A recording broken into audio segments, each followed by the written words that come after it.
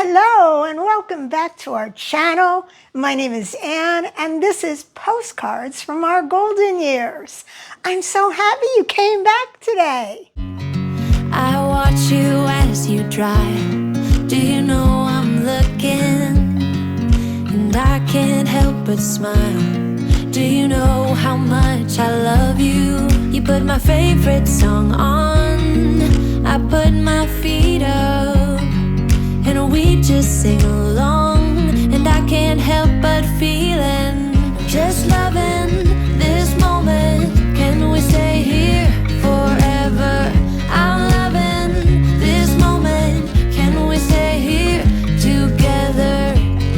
If I could stop the time, don't you know that I would? 'Cause I'm just loving. So I'm always looking for new ideas on what kind of video to do next.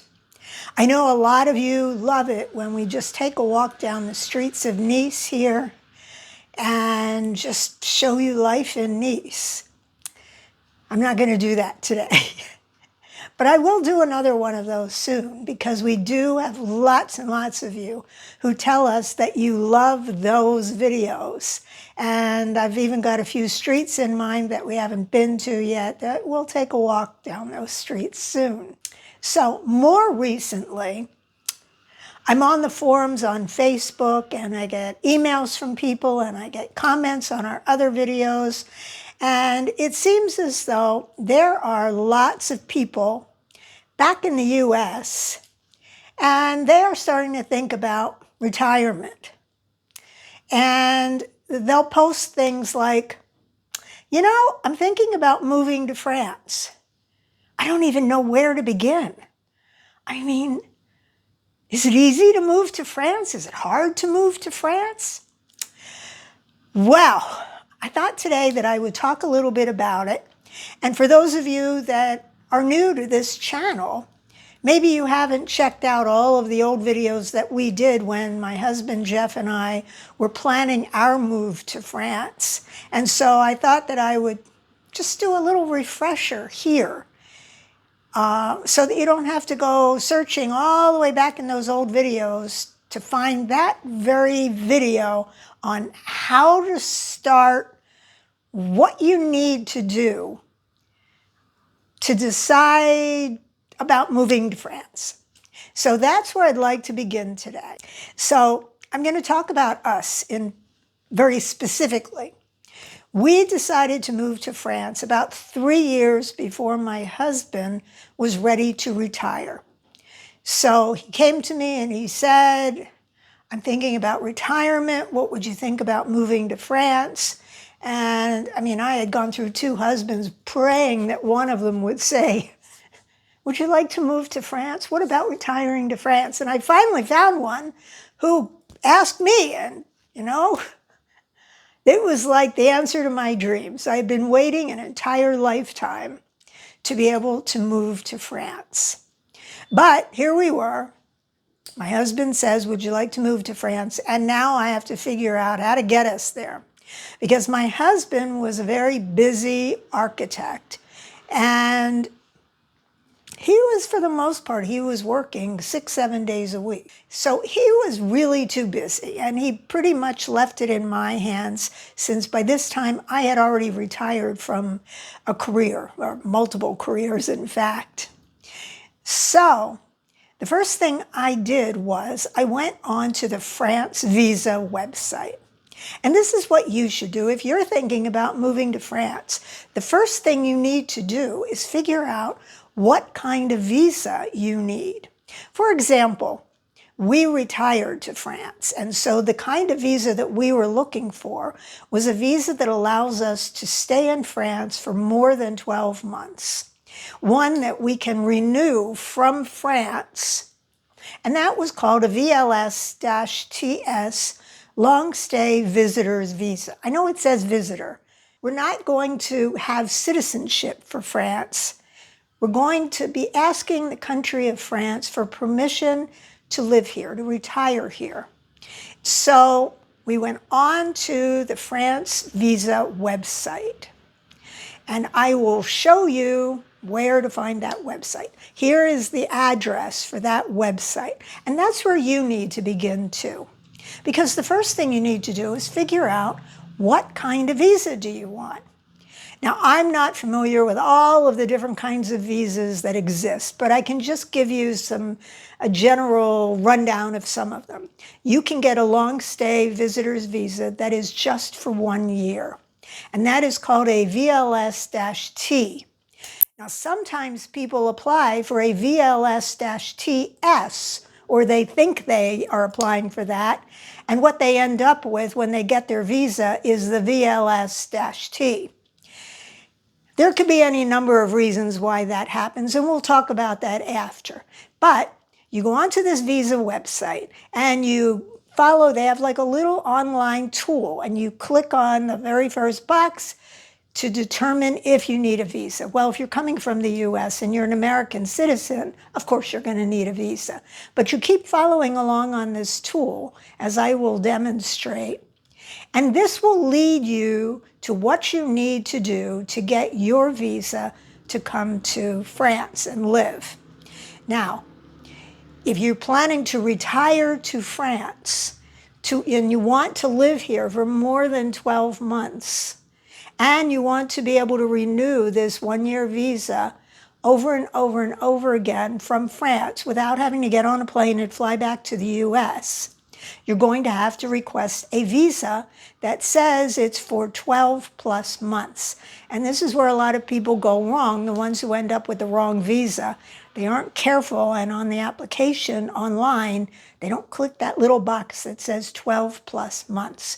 So make a note of that on a piece of paper you may have by you right now, that if you want to stay here indefinitely and not have to keep running back and forth to the US, you need to make sure that you keep that in mind, 12 plus months.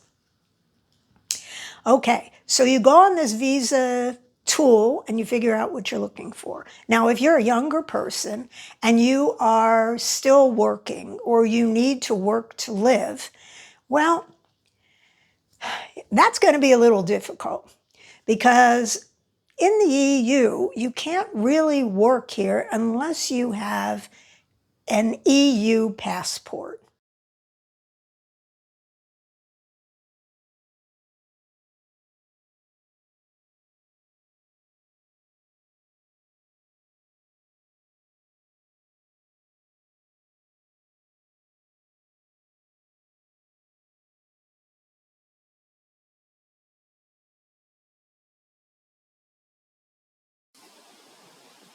What I have just done is basically walked you through the process to see what the requirements are to retire here in Nice. So that's what you're looking at. These are the supporting documents that are going to be required.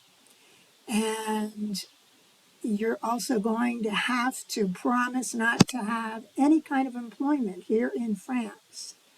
No professional activity, as you can see right there.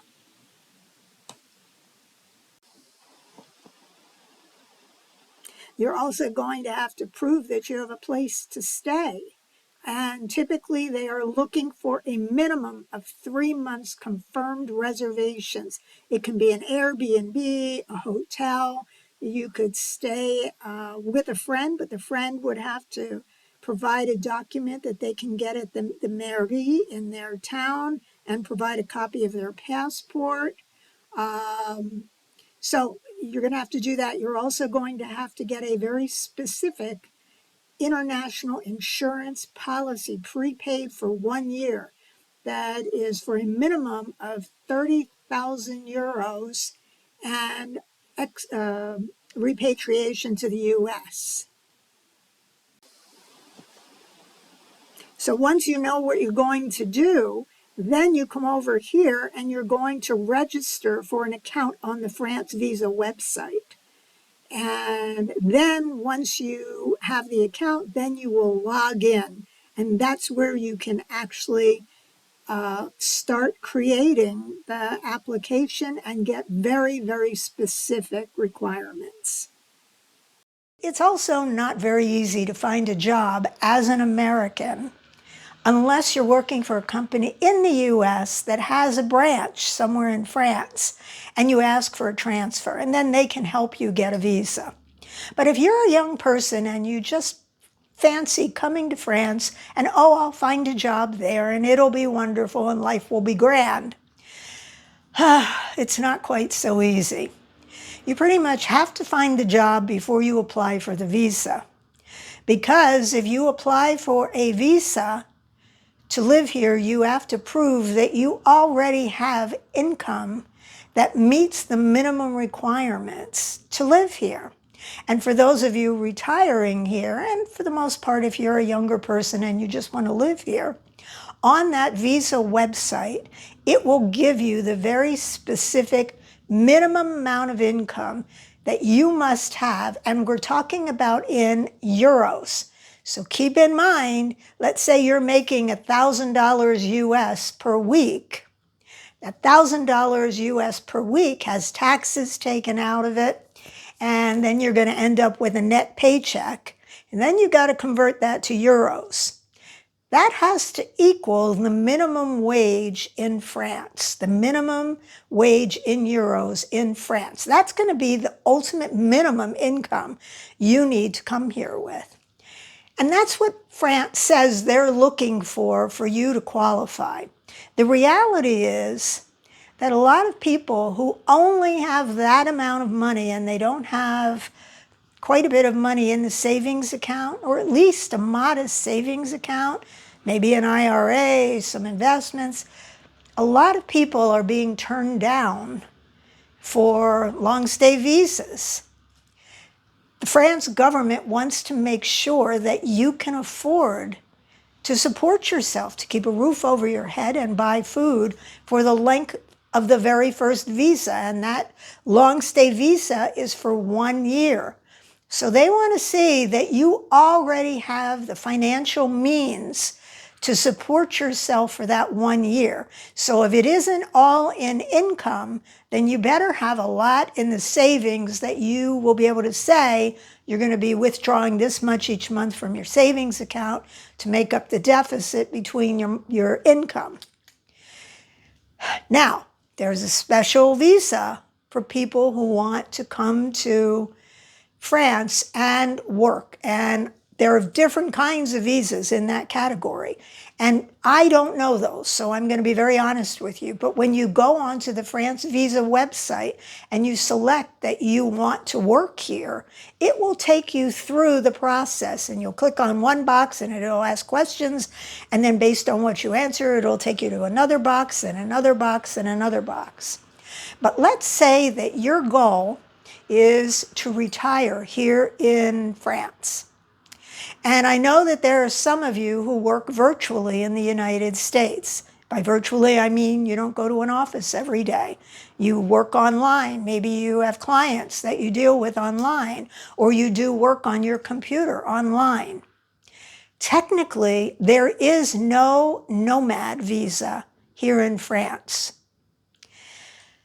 Meaning that technically, if you go by the rules, you're not supposed to work here in France. In fact, if you apply for a VLSTS visa to retire here in France, at your in-person visa interview, they are going to ask you to sign a piece of paper that says, I would like to come to France to retire.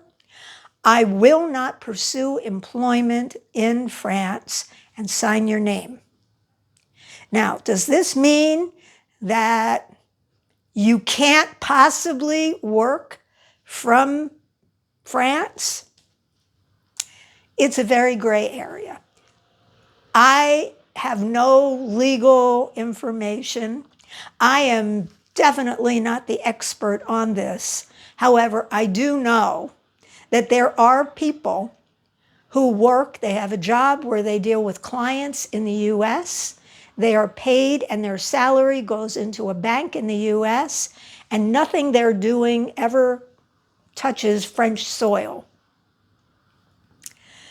You'll find a lot of people online that will be screaming, no, no, no, no, you're not allowed to do that. That's against the law. It's against the law. But then you'll also find quite a few people who will say, I applied for a visa, and as proof of my income, I submitted copies of pay stubs from my employment in the U.S. showing that I have a job in the U.S., I work virtually, and I got my visa approved. So what do you say to those people? I say, well, I guess it's possible, and whoever was reviewing your visa said, okay, fine, I don't care. It appears that this person's earning money in the U.S. They're not taking a job away from anybody here in France. The money's going into a bank in the U.S., obviously, from pay stubs or what have you. And so they just sort of approve your visa, and that's the end of that. So I guess it is possible.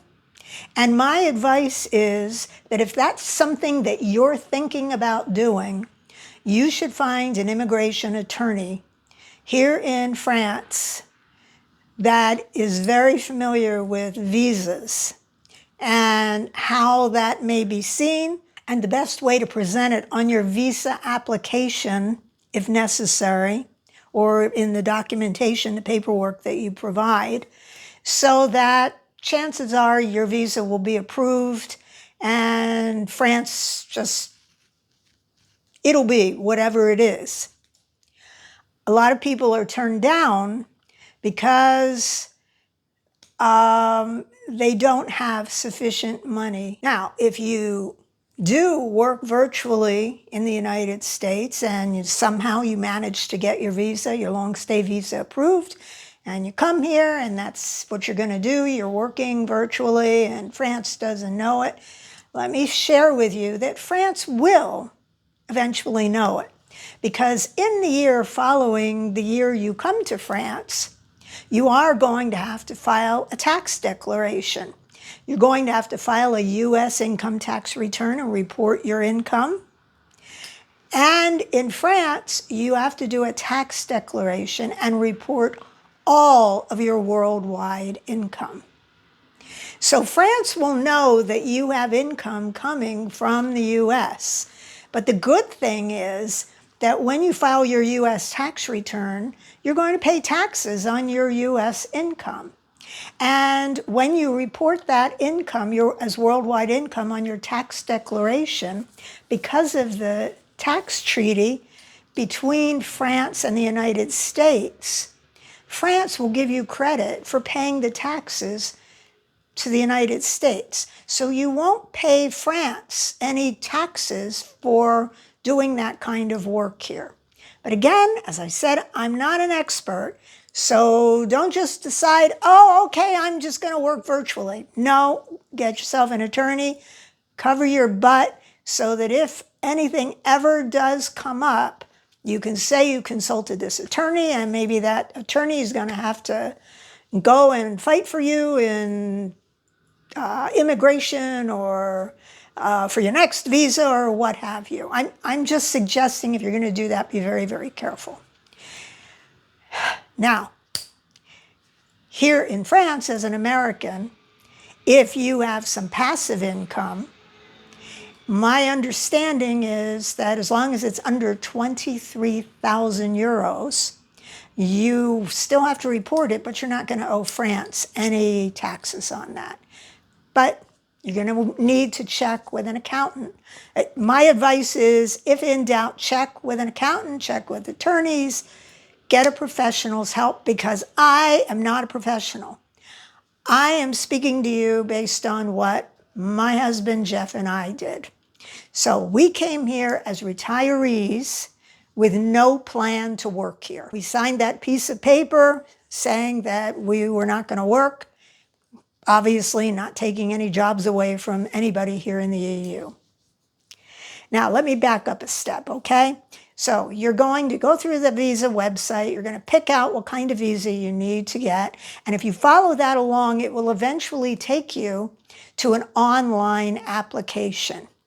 And so you're going to complete that application. It's a very easy application.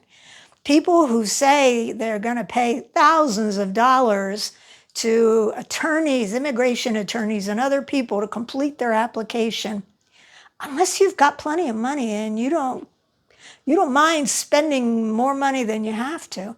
That's really not necessary. People think, oh my gosh, I have to get a hand holder. Somebody's got to help me through the process. No, the reality is you don't.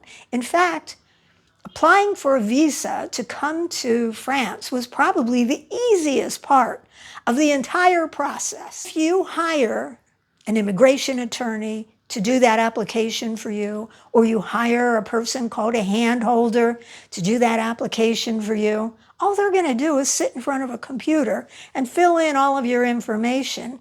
And then they're going to make an appointment for you for an in-person interview at a company called TLS. So what is TLS?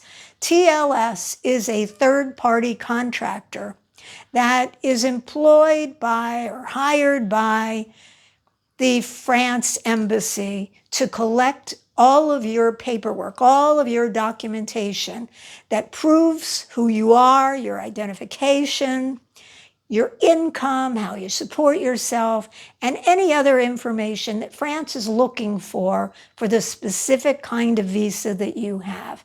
So you'll go online, you'll fill out the application, and then you can either leave that browser open or close out that browser and then go to another browser for TLS. Then you make an appointment to go to TLS. And you probably want to do these fairly close together. To begin with, you cannot apply for your visa more than 90 days before you actually plan to set foot on France soil. So don't apply for your visa and then say, well, if I get it and I can't get there for 6 months, blah, blah, blah. Don't do that. Wait until you know that I am definitely going to be going to France at least 90 days or no more than 90 days from today. And you may even go buy your plane ticket. The first thing we did is we bought the plane ticket. Actually, we bought our plane ticket 6 months ahead of when we were leaving because I saw a great deal on business class fares. So we bought our plane ticket. It just sat in a drawer. And then 90 days before we actually wanted to arrive in France, which was the arrival day on our airline ticket, we applied for our long stay visa. So we went online, we completed the online application, we made an appointment. Back when we applied for our visa, it was a different third-party contractor who was collecting all of the paperwork. But they're pretty much, I think they're actually located in the same buildings. So you can go to any TLS office for your in-person interview, anyone in the country. So from what I understand, it's very difficult to get an appointment at a lot of these offices. And people go online over and over, or they go on the phone over and over and over, and they keep running into a problem where there are no appointments available. If you really want to get to France within 90 days, not have a delay, find another TLS office. Just go down the list and say, well, okay, I live in Florida and there's nothing in the Miami TLS, but I'm willing to go to Atlanta. So go to the Atlanta TLS website, see if there are any appointments there. And if so, grab one and then book your ticket to Atlanta for that appointment. Go to Atlanta, meet with those people, turn in your paperwork, and go back home. Where you go for TLS has nothing to do with anything else other than that was where they had an appointment when you wanted an appointment at TLS. So once you have made your appointment, you're going to get a list of documents that the France embassy is going to want from you. Now, this is going to depend on the kind of visa that you're applying for. So if you're going to France and you're looking for a talent visa or an entrepreneurial visa, the documents that you need to support your case that you meet all of the qualifications are going to be quite different from the list of documents that my husband Jeff and I needed. We were retiring to France, so there was a set list of documents. Don't bring any other documents than what's on your list. Don't go on Facebook and say, my list of documents said I needed all these things, but I noticed that somebody over here posted that they needed this and this and this and this. Do I have to bring those too? No, if it's not on your list, you don't bring those other documents. Everything is tailored to what kind of visa you are applying for. So you gather those documents. Now, if you hire a handholder or an attorney, they're going to get that same list. And you know what? They're going to contact you and say, here's a list of documents I need you to get for me. It's the same list of documents that you would go get if you did the whole thing yourself. And all they're going to do is put them in a folder for you to take with you to your in-person appointment. So you're going to be paying an attorney or a handholder, could be thousands of dollars, for them to go online and complete an online application, very easy, and to tell you what the list is of documents that you are going to have to gather anyway. That's why I think it's sort of overkill for people to spend the money to hire an immigration attorney or a handholder to do it for you if you're really just someone who's going to retire to France. You're not trying to open a business. You just want to go live happily ever in France. It is so easy. If you can read and follow directions, you've got it. And the hardest part of the documents is they're going to ask you, for the most part, everybody's going to have to provide the last 3 months' bank statements from every bank and financial institution that they do business with. So you're going to have to go online and download those statements if you didn't get them in the mail. And then if you do have them, just make a bunch of color copies of them and put them in a folder. I actually got an accordion folder and I set up headings for each category. And as I collected our documents, I had one portfolio for each of us, one for my husband, one for me. And as I went through and collected all of the documents on our list, I put them in the slot. And then the day that you go for your appointment at TLS, you're going to bring the list of documents that they have requested, and they want you to put them, to stack them in order of the way they are on the list. And the day of that appointment, you're going to be called up to the counter. If you're a couple, they'll call you up together. And they're going to flip through those documents. Now, one thing I should mention here, if you are a married couple, you're both going to have the same documents for bank accounts and things that you have in common. For example, we needed to have a copy of our last utility statement in the U.S.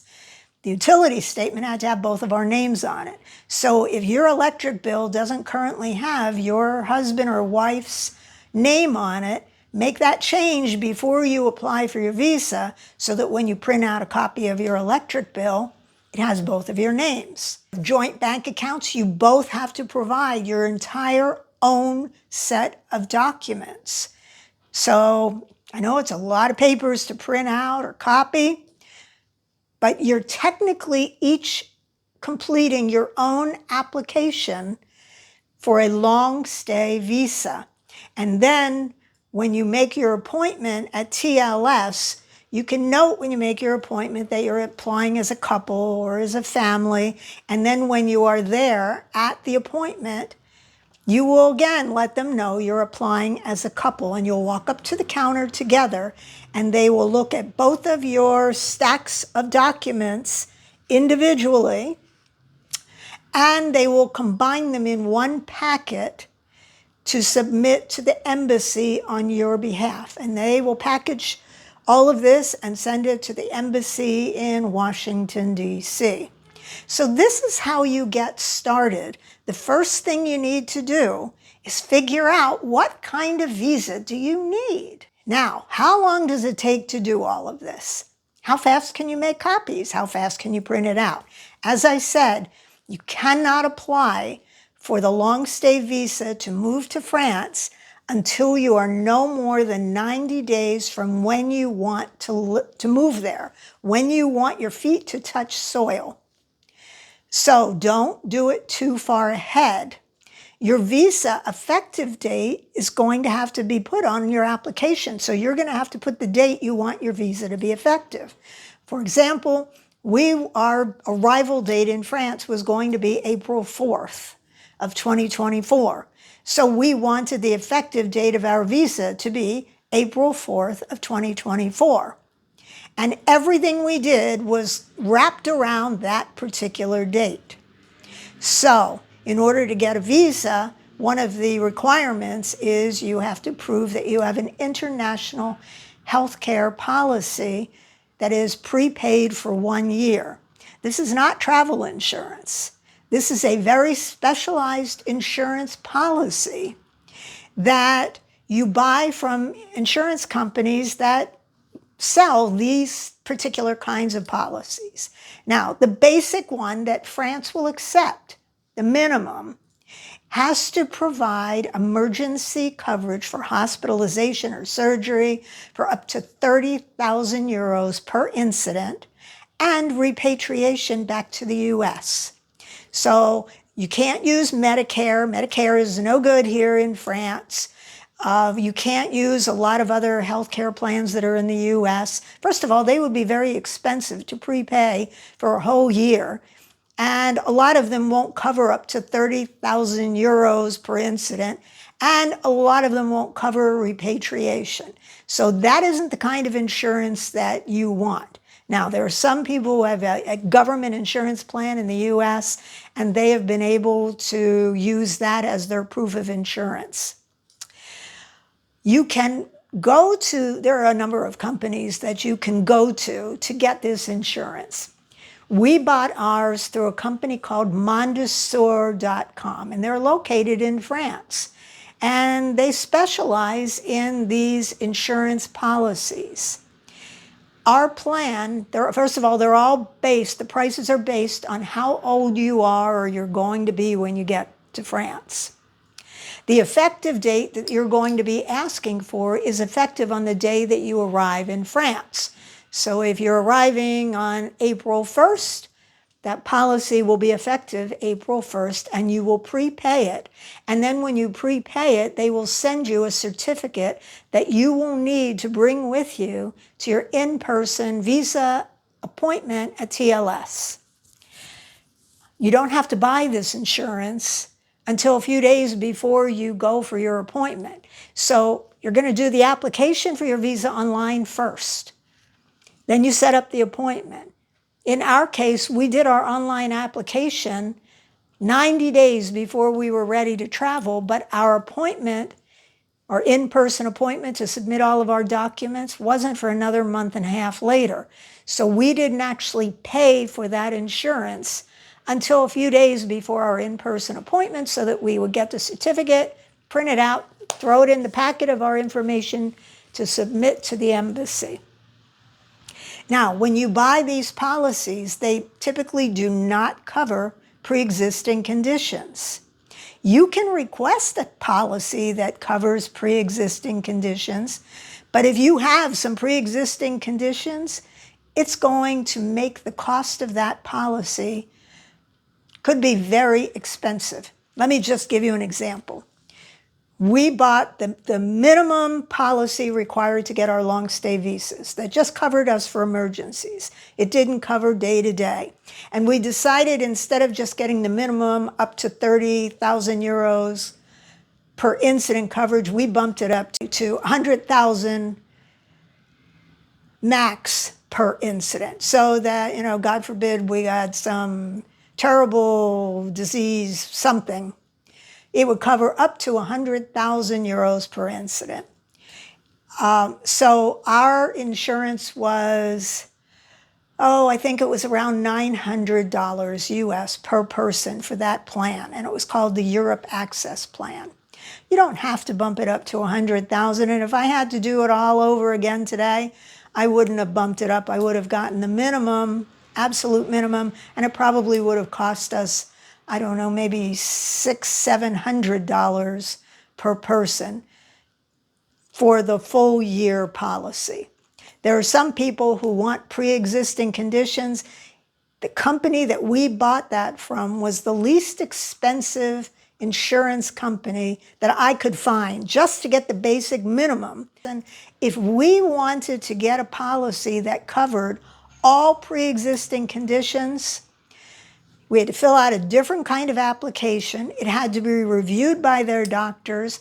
And then when they came back to us, they said that for me to get a policy that would cover all day-to-day medical and pre-existing conditions, it was going to be $6,000 for the year. $6,000. That was just for me. For Jeff, I believe it was going to be another $2,000. So that meant that instead of spending just under $900 per person, it was going to cost us about $8,000 to buy a policy that covered day-to-day medical, dental, and pre-existing conditions. So we said, no way. We'll just wing it. And here's why. We knew once we had lived here for 90 days, we were eligible to apply for France's national health care plan.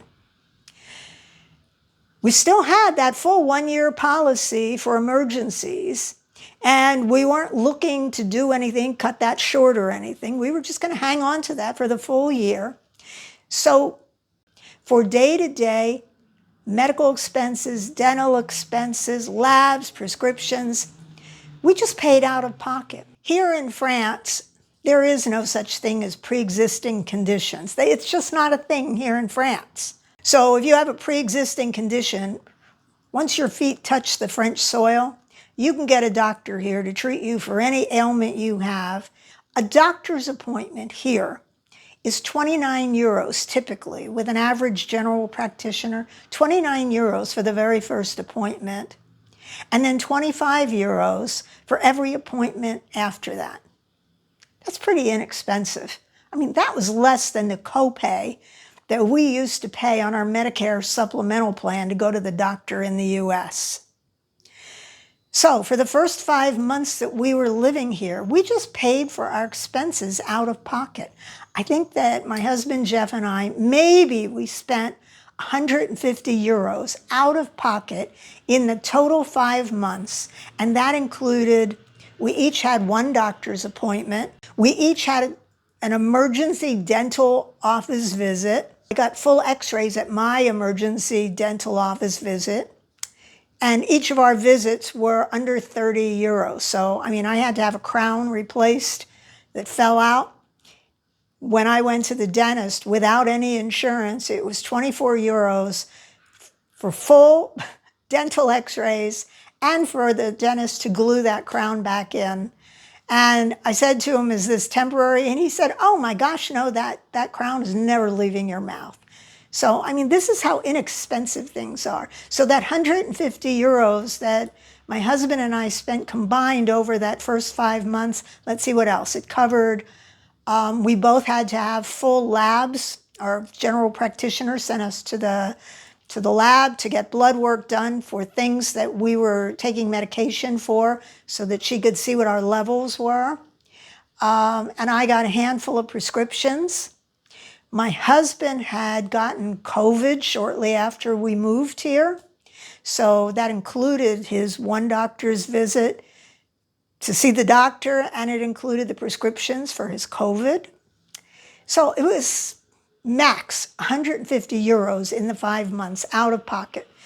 A far cry less than the 8,000 it would have cost us if we had bought that super duper international health policy that company wanted to sell us that would cover day-to-day expenses. So these are the things that you need to keep in mind when you're making decisions about moving here. So next, where are you going to move to? Have you already made that decision? You probably want to make that decision either before you do the research on a visa or just after you figure out what kind of visa you're going to need. Because once you have decided you're going to apply for a visa, you need to figure out, well, where am I going to start my new life in France? Now, for my husband and I, we came to France. Once we had decided that we wanted to move to France, both of us had come to France a number of times together, and I lost count, just me alone.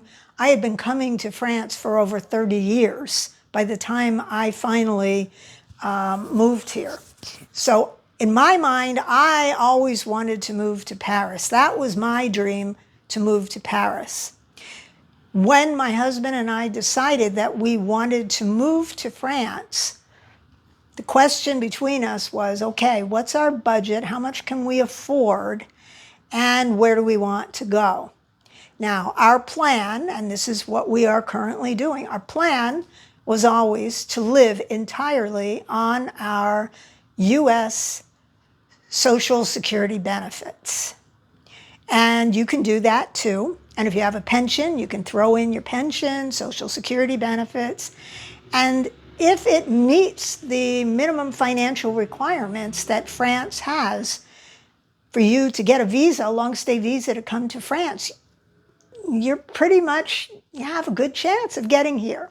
So Jeff and I calculated how much money we were going to have each month on our Social Security benefits combined.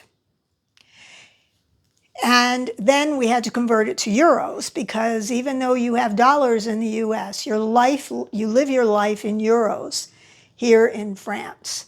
So that sets your budget. So then you have to figure out where you're going to move to. So we came to Paris, even though we had been there many times before, came to Paris to look around, and we came not to do tourist things. We came just to hang out in Paris, feel what it would feel like. We rented an Airbnb, a few Airbnbs, hung out in town, walked around, lived day to day like pretend Parisians.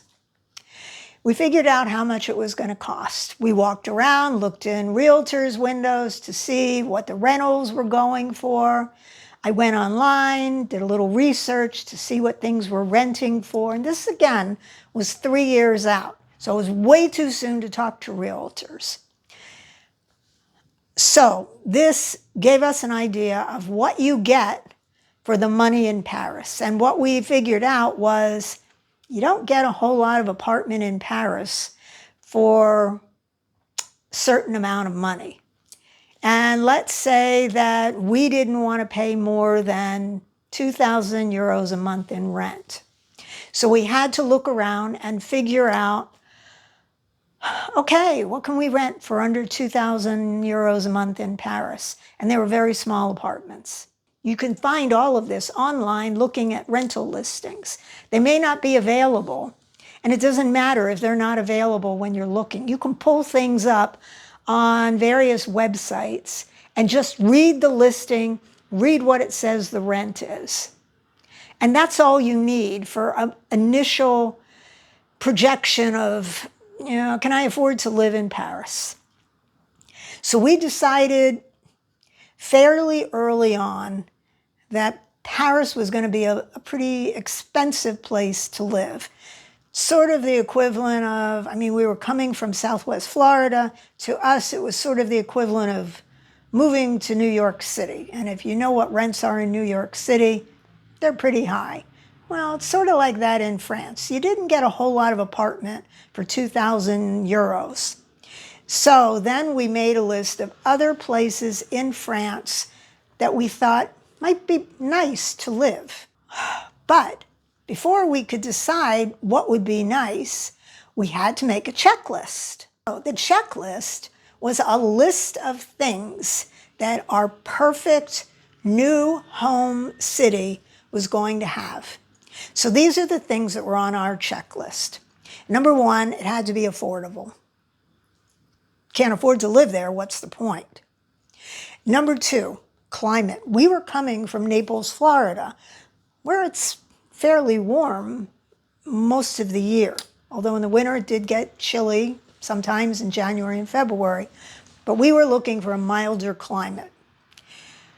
We wanted to be near a major international airport so that if we wanted to travel around here in Europe or anywhere in the world, we could easily get to the airport.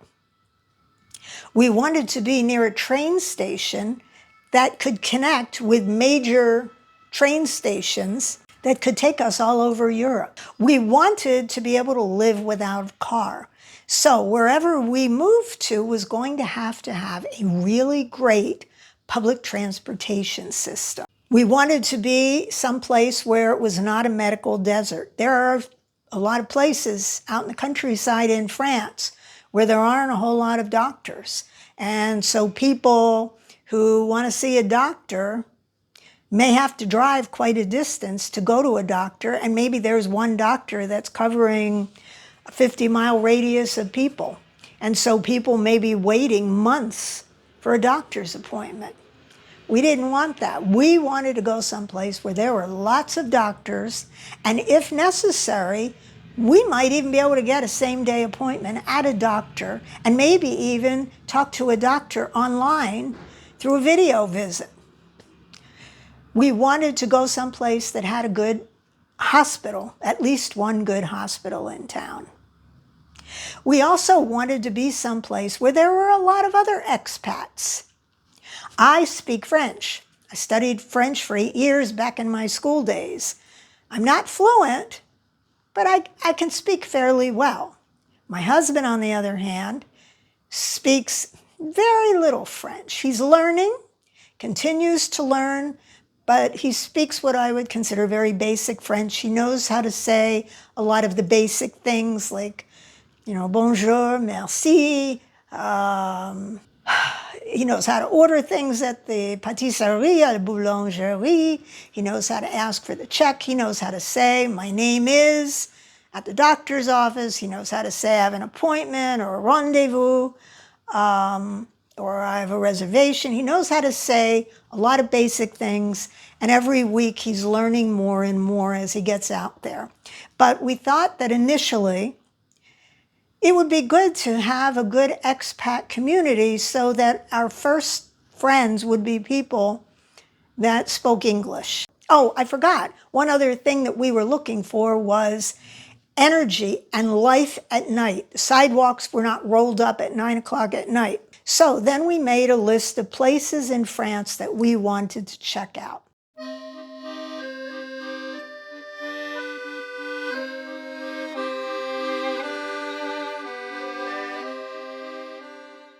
So once you decide where you're going to move to, then you can set course for putting the plan in motion. Then you can go back to that visa website and click through the boxes until you actually get to the one that says application for your visa. Click on it 90 days before you want to move to this town, wherever it is, and apply. Now, let's say you're doing all this research long before you actually want to move. That's good, because the more time you have between deciding you want to move to France and actually arriving here is better. And let me tell you why. Because it takes an awful lot of work to get here. The visa was nothing compared to what it takes, at least if you're a married couple and you're trying to figure out, looking around at your house or apartment, oh my gosh, how do I get this to France? Am I going to take all of this? A lot of people say, sell everything, start fresh in France. Well, that's easy for those people to say. Maybe they didn't have a whole lot of stuff that they treasured. In our case, I think my husband initially thought about doing that. When the rubber hit the road, that isn't what we did.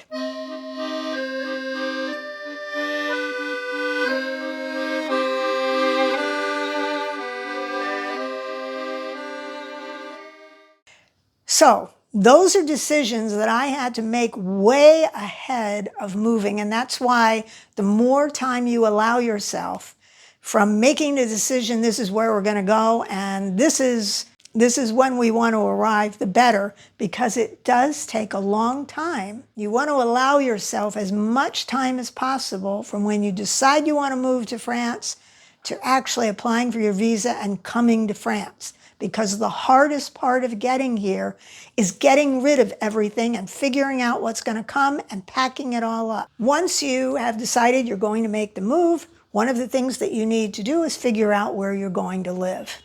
Now, in our particular case, my husband Jeff and I, we hate moving. We only wanted to move one time. So once we had decided it was going to be Nice, we had been watching House Hunters International on, I think it's DIY channel back in the US. And we would, in particular, watch the ones from France. And there was a realtor, Adrian Leeds, who was usually the realtor who was showing properties here in Nice or Paris or other cities. And I knew that she had an office here in Nice. So when it came time to finding an apartment to use, or we decided, that's who we wanted to use. And about 6 months before we moved, we had made an appointment online with Adrian Leeds' office to meet with her here in Nice for an appointment. And then we met with her, we talked to her about what our plans were, got some advice on neighborhoods that might be attractive to us. We learned about all of the services that her company could provide and her fees, and we got a price list. And don't ask me what the fees are. By contract, I can't discuss exactly what we paid. Everybody's fees are going to be different, and they're really going to be based on your needs. And you can get your own, no obligation, free price list. You just go onto their website and request a price list. But it's sort of like a Chinese menu, depending on what you pick from the price list and how much your rental costs. That will feed into what it's actually going to cost you in fees. So whatever we paid is pretty much irrelevant because it's based on the apartment we ended up renting, the location, when we rented it, and other services that we asked them to take care of for us.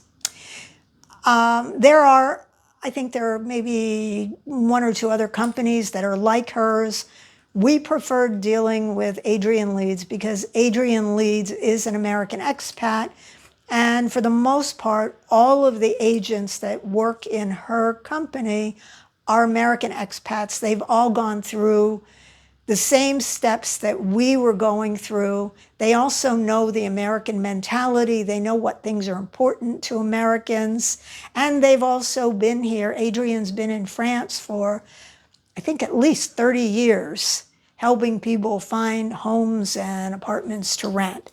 And I will say this, whether you use Adrian Leeds or you don't use Adrian Leeds, it is very, very difficult to find a rental on your own here in France because landlords, French landlords in particular, they're very particular. Some of them don't want to rent to people who don't have employment here in France. They're very concerned about the fact that Americans' money is all in the U.S. because if you skip out on the rent, go back to the U.S., they can't go after you.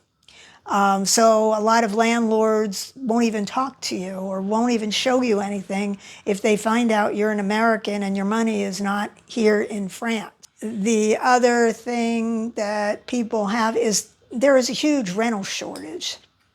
And this is the biggest problem.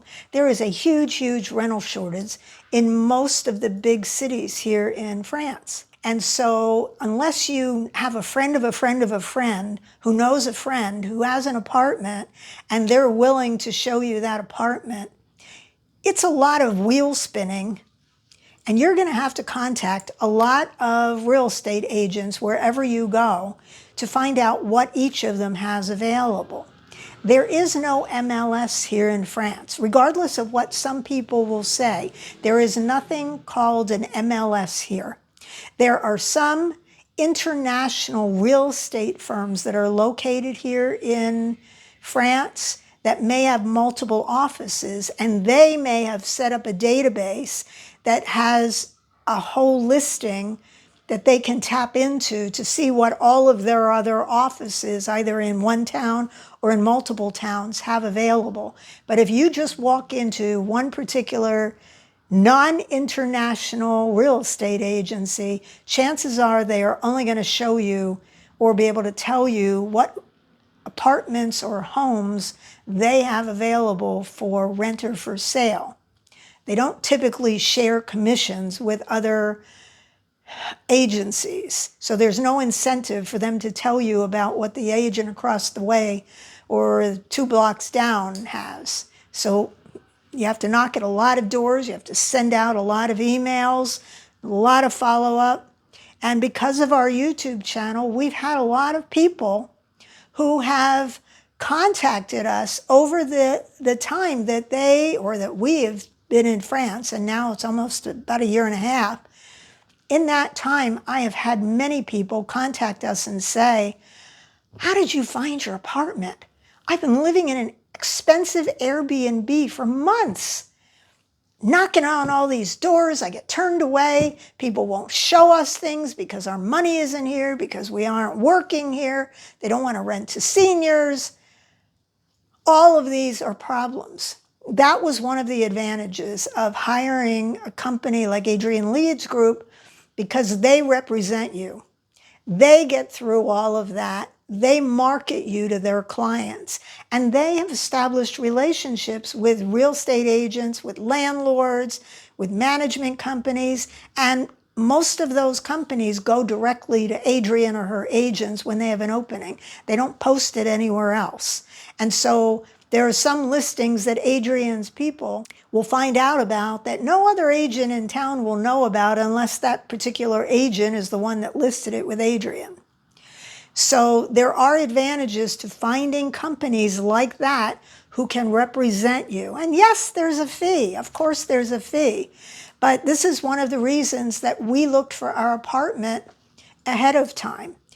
For us to rent a 2-bedroom Airbnb, I'm going to use Nice as an example because here's where we are, it was going to cost us between 3,000 and 4,000 euros a month to live in an Airbnb for as many months as it took to find something.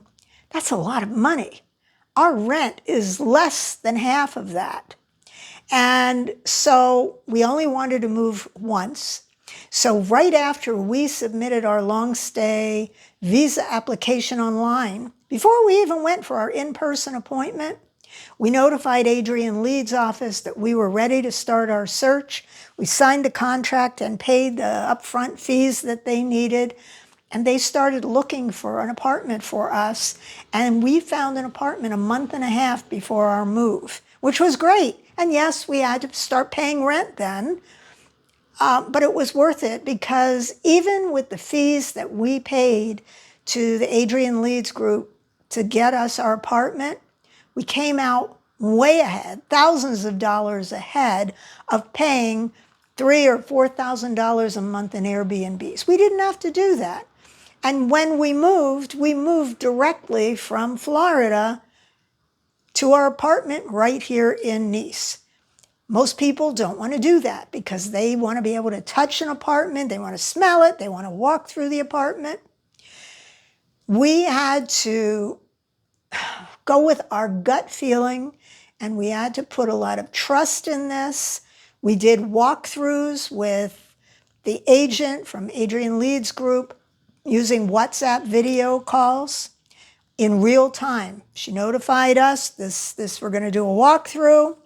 She showed us as she was literally walking through the apartment. The person showing the apartment to her, the management company or landlord, was right there with her.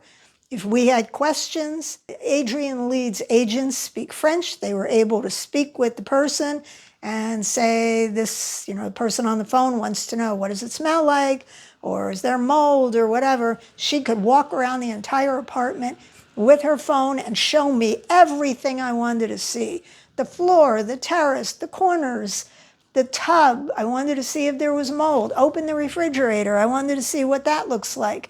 Show me the stove. Is there dirt around it? Is the apartment clean? Is it dirty? So that by the time we made a decision, our gut feeling said, you know what, we're going to like this apartment. But the one thing that we kept in mind in making that decision was that the rental laws are greatly in favor of the tenant. So if, God forbid, when we finally got here to France and moved in, we realized, I hate this neighborhood, or I hate this apartment, or, oh, we made a big mistake, I don't want to be here. All we had to do was go find another place to live. And meanwhile, we were paying much lower cost per month than an Airbnb cost, because our rent with fees is around $1,500 a month for our 2-bedroom, 1-bath apartment with a nice, gorgeous terrace here in central Nice. I don't know if you can get one like this now at that price, but it's a lot less than paying 3,000 or 4,000 euros a month for an Airbnb. So in the long run, financially, we came out thousands of dollars ahead by paying the fees to an agency to find us an apartment in this kind of a tough rental market. So you have to consider that. You don't want to be penny wise and a pound foolish, which a lot of people want to do. I mean, I see people posting on Facebook all the time when I mention how we found our apartment, and they go, oh, I heard she's really expensive. In the scheme of things, if you compare what it would cost to do this search yourself in a city like Nice or Paris, you could be in an Airbnb for 4, 5, 6 months. Count that or multiply that out times how much a month it's costing you to stay there. You really come out far ahead financially by paying an agency to find you an apartment. They can do it in days or a week. I mean, when we did our search from the United States, our agent started searching for places immediately, was emailing them. We would review them. We would tell her what we liked, what we didn't like. We narrowed it down to 3 places that we wanted her to set up showings at. We did those showings online. We agreed we wanted one. And things move real fast here. The apartment we picked, our agent from Adrian, Leeds, was told that they were going to show this apartment 2 or 3 times more the day after we were looking at it. So we knew that if we wanted that apartment, we had to speak up really fast. And so by the time we hung up the phone, our agent then sent us a video. She walked around and did a video without us, and then emailed the video. We again looked at that video. My husband and I agreed, okay, this is the place. I notified our agent we want it. She then contacted the management company saying that we wanted to submit an application. We had sent our dossier to her to submit. We had to write a letter to the landlord, sort of a letter from the heart, telling her why she should rent to us, which is a good plus. Because when you're competing against a whole lot of other people for that same apartment, you want your letter to stand out. You want your application to stand out. So within a day or two, we had gotten an email that the management company and the landlord wanted to meet with us on a Zoom meeting. We had the Zoom meeting. I was in the U.S. I mean, we're both in the U.S. My husband was at work. I was at home. They conferenced all of us in. We did a meeting. We spoke to her about how much we loved her apartment and our plans. And she, at the end of that phone call, told us the apartment was ours so that we could start planning. If we had said to our agent, could you show us more things? I can bet you 100% that apartment would have been gone the next day, because there were multiple people that were interested in this apartment, and that's just the way it is in this very tight rental market. So you're not going to get anybody to show you anything unless you've got your dossier. We also had to get a guarantor prequalification. Guarantor is a company that functions as a guarantor. Here in France, to rent an apartment, you have to have a guarantor. Ideally, it would be a French family or friend who would agree to sort of be a co-signer for you. And they would have to present their financial information in their dossier showing that they had at least 3 times your annual rent in a bank account that was sort of liquid, so that if you didn't pay the rent, the guarantor, the French person, would pay it for you. Most people don't have that. So there is a company here in France called GuarantMe, and we had to get a GuarantMe pre-qualification, and you do it all online. I mean, I did the application for that, uploaded our bank account statements and our Social Security benefits statement, and a lot of the stuff we needed for our visa, I had to upload. I had to upload some my husband's past pay stubs. We had to upload a utility bill from our apartment in the U.S. I uploaded, I think I uploaded a letter of reference from our prior landlord in the U.S. Whatever they asked for, I was able to do all of this in about 20 minutes. We had to do a GuarantMe application for each of us, even though we were a married couple. And then you tell GuarantMe you're applying as a married couple, and then they send you back a certificate that tells you the maximum rent they will guarantee for you. And then you use that certificate as part of your dossier that you present to the landlords and management companies considering you for an apartment. So we did all of that stuff. Within a few days, we already knew that the landlord was going to rent the apartment to us. Within a few days, we had a lease that was sent to each of us. If you're a married couple, you each get your own copy of the lease to sign. We did it online, sent it away, and then we just waited. We waited until we had our long stay visas. And in our case, we were so excited that when we got our passports back from the France embassy with our visas inside, we decided to book a flight within a couple of days and bring our first load of stuff here and take a look at the apartment, see it in person so we could check out the rooms, do some measurement if we needed to, figure out what we were going to need to bring from the U.S. because we still hadn't finished packing there and the movers still hadn't picked up all of our stuff. So we actually came here a month ahead to do all of that. So that was great that we had all of this ahead. We only had to move one time, and it saved us a lot of money compared to living in Airbnbs temporarily and trying to find a place ourselves. And, well, that's what we did. So I've covered a lot of topics here, a lot of things that you need to know initially when you decide, hey, let's move to France, or let's retire to France. You need to consider all of these things almost in that order. And it does take an awful lot of preparation, a lot of work.